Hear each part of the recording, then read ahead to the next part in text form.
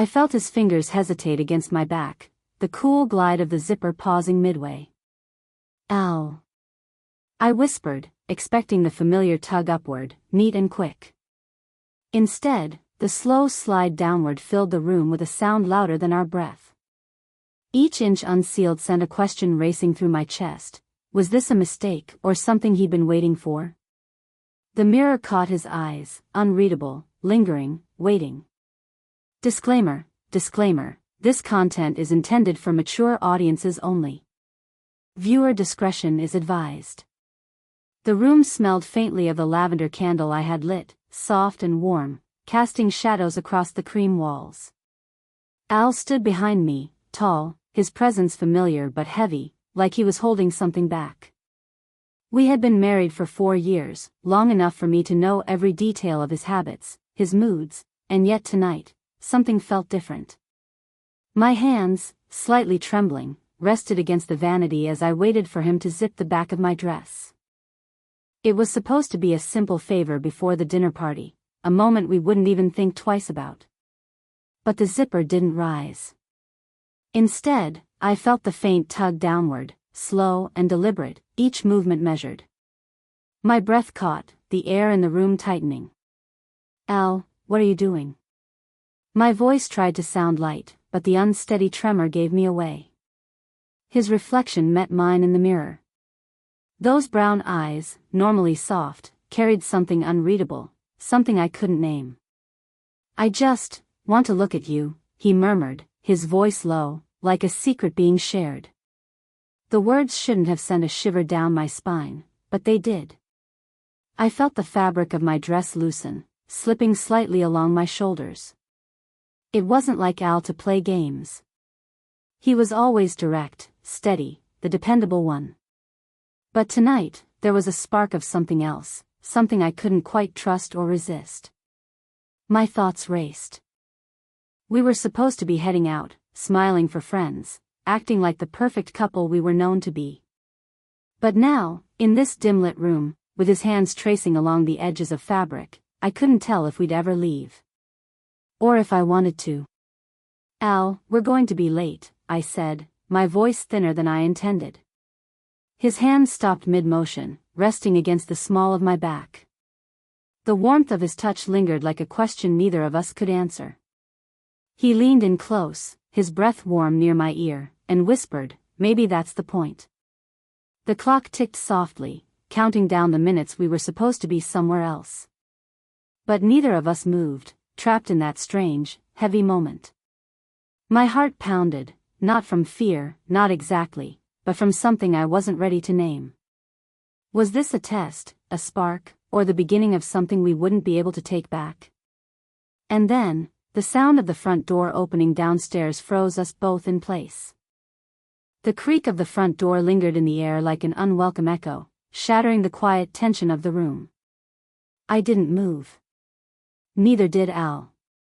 His hand was still resting against my back, the zipper halfway undone, the fabric of my dress loosening as if the moment itself had been left open and unfinished. We didn't speak, but I felt his breath shift, steady, deliberate. His reflection in the mirror didn't change, those dark eyes stayed locked on mine, the same unreadable calm that made it impossible to know what he was thinking. My heart was still racing, not from the sound downstairs, but from him. From the way his fingers lingered, how his silence felt like it carried a decision neither of us had made yet. The voice from below, muffled, was probably the neighbor dropping off the casserole she'd promised. It didn't matter. What mattered was how this one stolen moment, so simple, was pulling us into something heavier than either of us expected.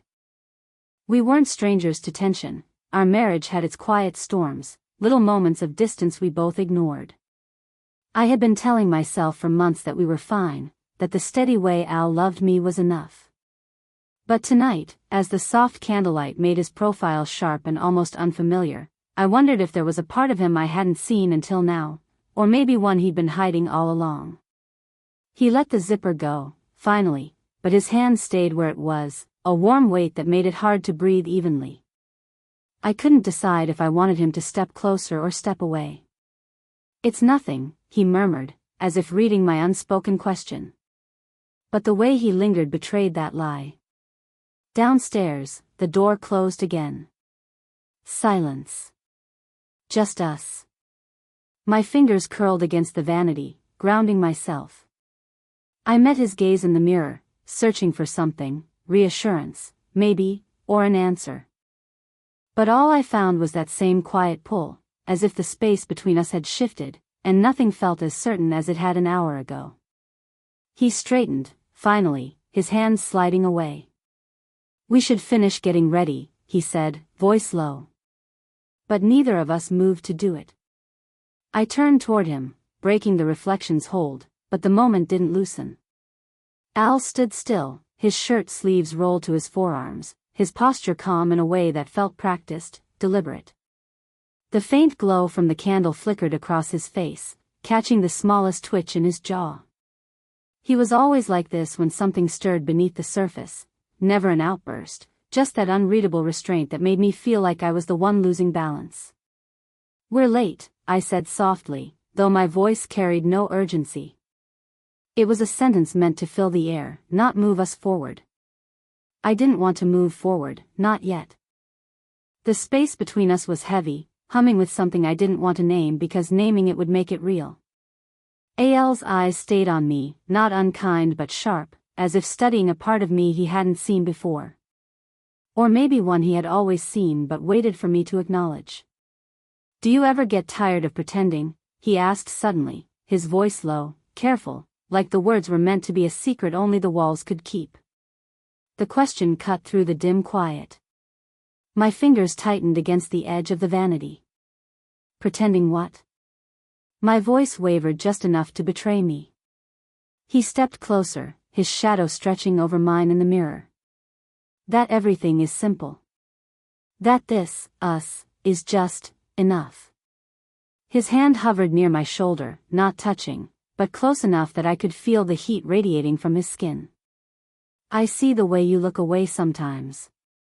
The way you wait for me to notice." A shiver crawled up my spine, though the room wasn't cold. I wanted to deny it, to tell him he was imagining things. But he wasn't wrong. There had been nights I'd wondered if the steady rhythm of our marriage was all there was, if we had quietly drifted into routine while calling it comfort. I just never expected him to say it aloud.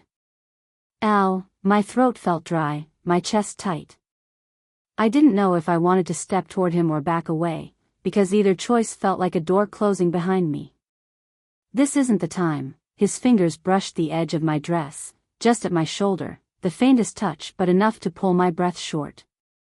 "Maybe there's never been a right time," he murmured, leaning in close enough that his voice was a whisper at my ear. "And maybe that's why we're still standing here, instead of walking out that door." The clock ticked on the wall, louder than before.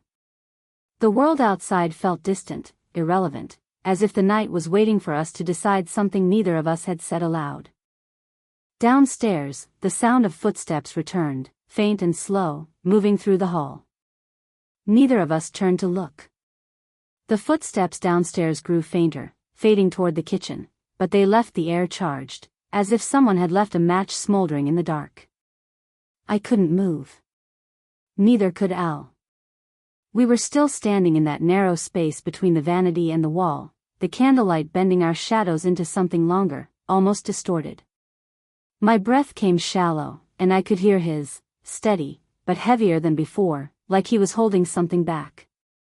His hand lifted again, hovering near my shoulder, not quite touching. That single inch of distance felt louder than any touch could have been. "If we walk out that door," he said softly, his voice a low current against the silence, "we pretend again. Smile, toast, laugh, and forget about this." His eyes flickered to the zipper, still loose at my back, the fabric shifting slightly with every inhale. "If we don't," he let the thought hang, unfinished, dangerous. I swallowed hard, my pulse pounding in my ears. I should have said something, should have pulled away, zipped up, walked out. But I didn't. I just met his gaze, the weight of it sinking into me, pulling me into a place where reason felt blurred and choices felt like cliffs. The hallway creaked faintly, as though the house itself was listening. My fingers grazed the vanity, tracing the edge absent-mindedly, grounding myself because I felt like I might float forward into him if I didn't. Al's expression didn't change, calm, controlled, but there was a tightness in his jaw now, a subtle crack in his usual stillness that only I could see. "Do you want me to stop?" he asked, voice so quiet it felt like it might dissolve if I didn't answer. The question lingered, heavier than the air itself. I didn't speak. Couldn't. Because any answer, yes or no, felt like it would change more than just this night. It would change us. The clock ticked again, marking another minute lost, another moment neither of us reclaimed. The world outside the room seemed unreal, the sound of faint laughter drifting from somewhere distant, maybe the neighbor leaving. But here, in this room, the weight of what hadn't happened yet pressed in closer, like the moment before a storm breaks. Al's hand finally touched my shoulder, light, deliberate. That single point of contact felt like a switch flipping somewhere deep inside me, pulling the breath from my lungs. My mind screamed to speak, to say something, anything, but the words wouldn't come. His reflection in the mirror didn't waver, calm but heavy, and it felt like the moment from earlier, the zipper, the slow glide, the sound that had set my pulse racing, had never truly stopped. It had only been waiting to finish. But then, the hallway floor creaked again. Louder this time. Al's eyes flicked toward the doorway, and for the first time that night, something shifted in his expression, an alertness, a flicker of something like calculation. Not fear, exactly. Something colder. "Who's still here?" I whispered, barely moving my lips. My stomach tightened, a different kind of tension crawling into my chest. He didn't answer right away. Instead, he stepped between me and the door, his stance casual but purposeful, his body a quiet barrier. "Don't worry about it," he murmured, his voice low, steady, like the words themselves were meant to keep me still. "Just stay here." A soft sound floated up from the hall, a creak, followed by the faint thud of a door closing somewhere downstairs. The house felt alive, each noise exaggerated in the quiet, and suddenly I wasn't sure if the weight in the room came only from us anymore. "Al, who, not now," he cut me off, his tone still calm but firmer, as his hand slid down from my shoulder to the zipper again. "You trust me, don't you?" The question, simple as it was, hit harder than it should have. Did I? The Al I knew, the steady, predictable husband, had never once made me feel uncertain. But tonight, between his eyes that wouldn't let go of mine, the way he hadn't answered, and the ghost of that first sound of the zipper sliding down, I wasn't sure if I even recognized him. He pulled the zipper up halfway, then stopped, as if testing me. His eyes searched mine in the mirror, not for permission, but for reaction. Outside, the faint click of a lock echoed, front door, maybe. Or something else entirely. Before I could ask, Al's voice broke the silence again, softer now, almost coaxing. "Whatever happens tonight, don't go downstairs. Promise me." My breath hitched. The candlelight trembled against the wall, throwing our shadows long and thin like a warning. Every instinct told me to question him, to pull away. But something in his steady, unreadable calm made me freeze, caught between trust and the slow-growing chill at the base of my spine. Downstairs, a floorboard groaned. Someone, or something, was still here. The floorboard downstairs groaned again, closer this time, followed by the faint, deliberate sound of footsteps on the stairs. My chest tightened, every breath shallow. Al's hand pressed gently at the small of my back, guiding me a step behind him. His calm face, that unreadable restraint, finally cracked just enough to show something, focus. The shadow in the hallway grew longer as the steps neared the landing. Al turned his head slightly toward me, his voice low, steady. "Stay behind me. No questions." It wasn't a request. Then, from the dim hallway light, a figure emerged, a man I didn't recognize, dressed in dark clothes, moving with an ease that felt practiced. Not a neighbor. Not someone who belonged here. My pulse roared in my ears. The stranger's voice was smooth, almost mocking.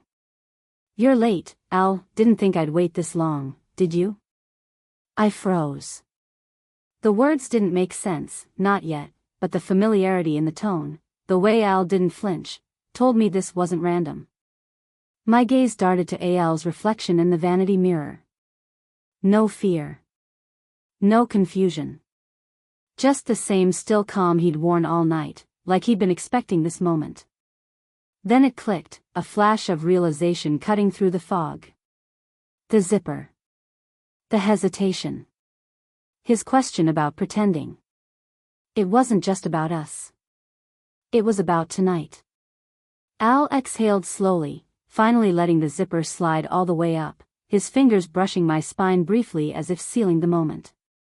Then he stepped forward, putting himself fully between me and the stranger. His voice was calm, but there was steel beneath it now. "She doesn't need to be part of this. You said you only wanted me." The man's smile widened in the shadows. Plans change. My fingers tightened around the edge of the vanity, every instinct screaming to run, but my feet stayed rooted. Al glanced back at me, just once, his eyes softer now, different from the unreadable calm he'd worn all night. There was something like apology there, and a warning. "Go to the bedroom," he murmured, never taking his eyes off the stranger. "Lock the door. And no matter what you hear, don't come out." As I backed toward the door, heart pounding, I realized one thing for certain: whatever Al was hiding, it had always been coming for him. Tonight, it had found us both. The sounds from the hallway came fast, shuffling feet, a muted thud, a sharp exhale that wasn't mine. I stood behind the locked bedroom door just as Al had told me, my palms pressed against the wood, every sound on the other side magnified by fear and the echo of all the unspoken things between us. Minutes passed, or maybe seconds, time lost all meaning. Then, silence. When the door finally opened, Al stepped inside. His shirt was wrinkled, his expression calm again, though his breath carried the faint tremor of someone who had just endured more than he would ever say aloud. There was no sign of the man from the hallway, no evidence of what had just happened beyond the tension still lingering in Al's posture. I wanted to demand answers, to know who the stranger was, why he had come, why Al had seemed to expect him. But when our eyes met, the questions faded.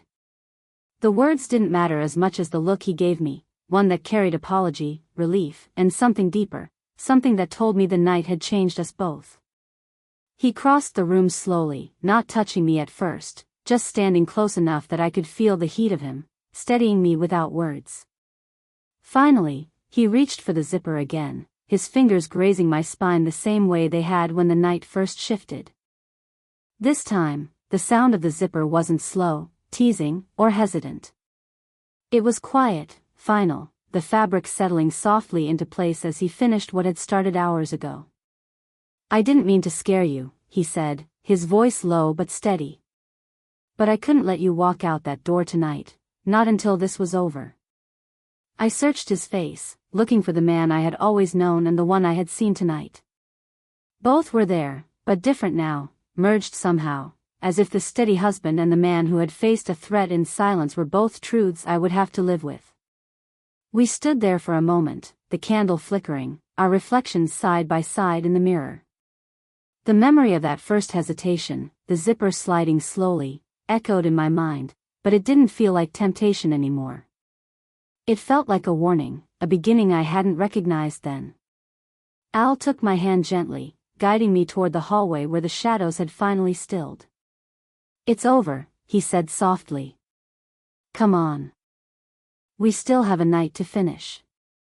And as we stepped out together, the sound of that zipper, the sound that had started everything, faded like a memory, leaving only the weight of what it had revealed between us.